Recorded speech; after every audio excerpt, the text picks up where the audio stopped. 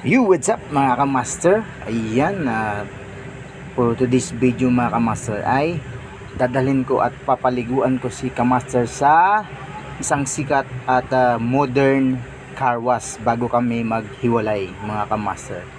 Kasi sa mga hindi nakakaalam, ako'y lilipat na naman ng trabaho dahil hindi na naman kumikita si TNBS or si Grab or Joyride mga kamaster.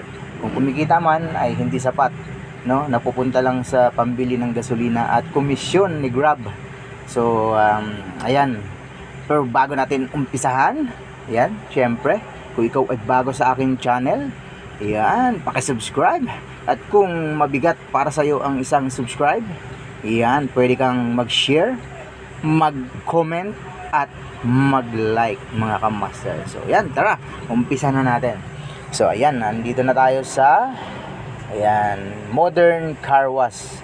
Yun, nakita niyo kanina ay automatic na nanggagaling sa yun sa bakal na yun, no? Yung sabon, yan, binabanlawan na siya ngayon mga kamaster.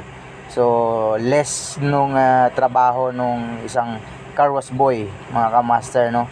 So ang magiging trabaho na lang ng car wash boy yung mga gilid-gilid, isprehan niya ng tubig, ayan, no?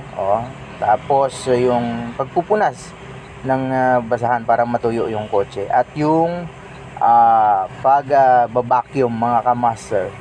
So nabawasan yung trabaho nung isang car wash boy. At the same time ay mapapabilis yung trabaho nila, no mga kamaster. So ayan, sa mga nagtatanong at sa mga hindi pa nakakalam kung saan pala matatagpuan ang car wash na ito, ang modern car wash, ay dito yan sa Pasay, no? Along Buendia Avenue at malapit sa FB Horizon mga kamaster sa Pasay. So ayan, no?